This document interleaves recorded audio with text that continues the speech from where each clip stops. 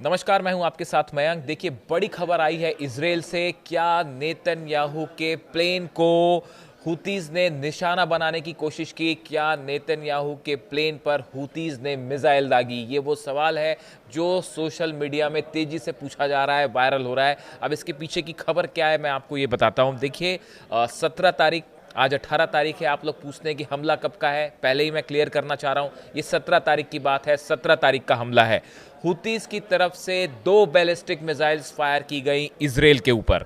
देखिए, ये जो दोनों बैलिस्टिक मिसाइल्स थी, ये एक तो इसमें पैलेस्टाइन 2 मिसाइल थी जो कि तेल अवीव पर फायर की गई, और दूसरी मिसाइल जो थी वो इलत शहर पर का जो रमोन एयरपोर्ट है इस पर फायर की गई। हुतीज की तरफ से 2 बैलिस्टिक मिसाइल्स फायर की गई 24 घंटे पहले, यानी 17 तारीख को। अब इसमें जो खबरें निकल के सामने आई हैं, उसमें जो सबसे गौर करने वाली ये खबर है कि जैसे ही ये मिसाइल फायर की गई और जब ये मिसाइल जो इजराइल के एयर स्पेस के अंदर पहुंची, उस समय नेतन्याहू का जेट आसमान में था, फ्लाई कर रहा था।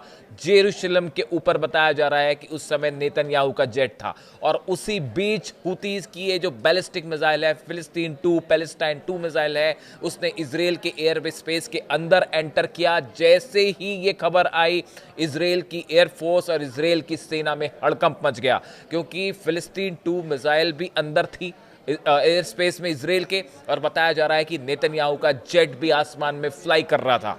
यानी ये एक बड़ा खतरा हो सकता था नेतन्याहू के लिए। ऐसे सिचुएशन में एकदम अलार्मिंग सिचुएशन थी। जो खबरें आ रही हैं कि इजरायली फोर्सेस में, इजरायली एयरफोर्स में एकदम हड़कंप वाली स्थिति थी, और तेजी के साथ जो है फिर एक्शन लिया गया, और ये श्योर किया गया कि वो मिसाइल हिट ना कर दे किसी प्लेन को।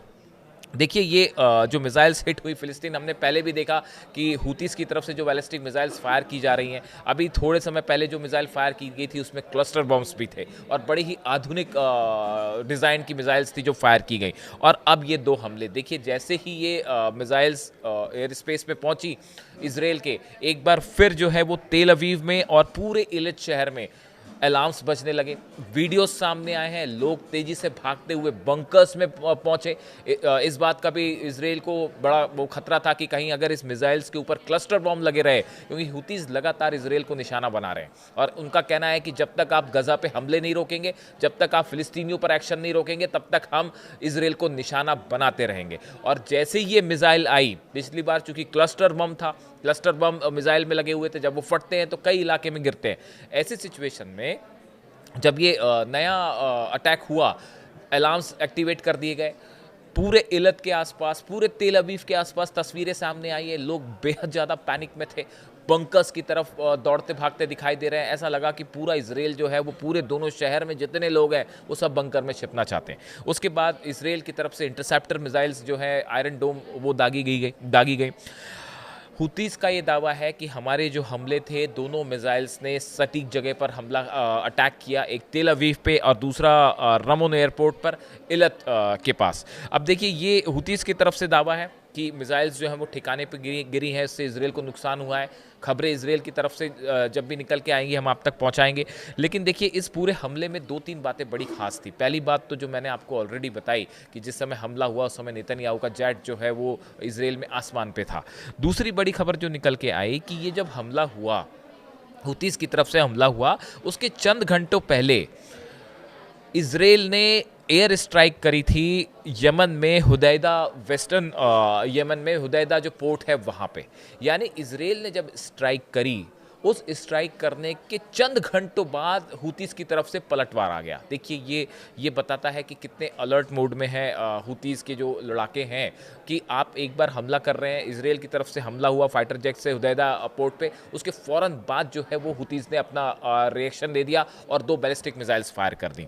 बात नंबर 1। बात नंबर 2, देखिए, ये जो हमला हुआ है ये अरब समिट जो अभी हाल ही में हुई, OIC की जो बैठक हुई जिसमें 57 मुल्क शामिल हुए, उस बैठक के बाद ये हमला किया गया। ऐसा कुछ एक्सपर्ट्स बताते हैं, विदेश नीति के जानकार बताते हैं कि ये मैसेज देने की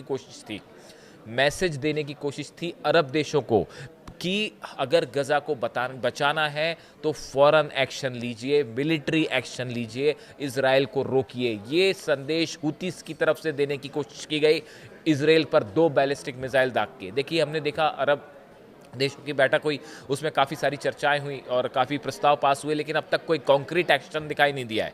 इस सिचुएशन में हुतीस की तरफ से जो ये मिसाइल फायर की गई, ये अरब देशों को एक संदेश था कि अगर आप वाकई गजा की चिंता कर रहे हैं, फिलिस्तीनियों की चिंता कर रहे हैं, तो सिर्फ निंदा करने से काम नहीं चलेगा, एक्शन दीजिए। दूसरी बड़ी बात देखिए, पिछले कुछ समय में जब से हुतीस के प्रधानमंत्री की मौत हुई है इसराइल के हमले में, उसके बाद से हुतीस ने लगातार अपने हमले बढ़ा दिए हैं और एक के बाद एक हर दूसरे तीसरे दिन खबरें आ रही हैं कि बैलिस्टिक मिसाइल दागी गई है और ये लेटेस्ट हमला कल का है। अब इन हालात में एक तो नंबर्स ऑफ अटैक जो है वो हुतीस ने बढ़ा दिए हैं। तीसरी बड़ी खबर यह है कि हुतीस अब वो मिसाइल्स फायर कर रहा है जो बेहद घातक है, जिसमें क्लस्टर बॉम्ब्स हैं, बेहद आधुनिक मिसाइल हैं, एडवांस्ड वर्जन है मिसाइल का।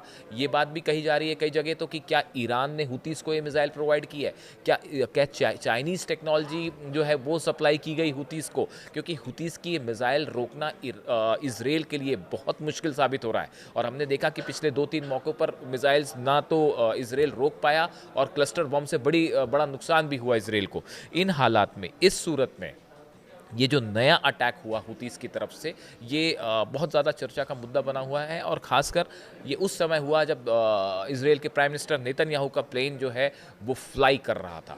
ऐसे हालात में अब हुतीस की तरफ से ये एक बात और साफ़ की गई है कि जो ऑल आउट ऑपरेशन एक इसराइल ने शुरू किया है गज़ा में, उसका मुकम्मल जवाब दिया जाएगा और जब तक इसराइल अपना ऑपरेशन गज़ा में नहीं रोकता, तब तक हुतीस की तरफ से हमले जारी रहेंगे। इस हमले में कितना नुकसान हुआ है, क्या अपडेट निकल के आते हैं, खबर मैं आप तक पहुंचाऊंगा। Thank you so much.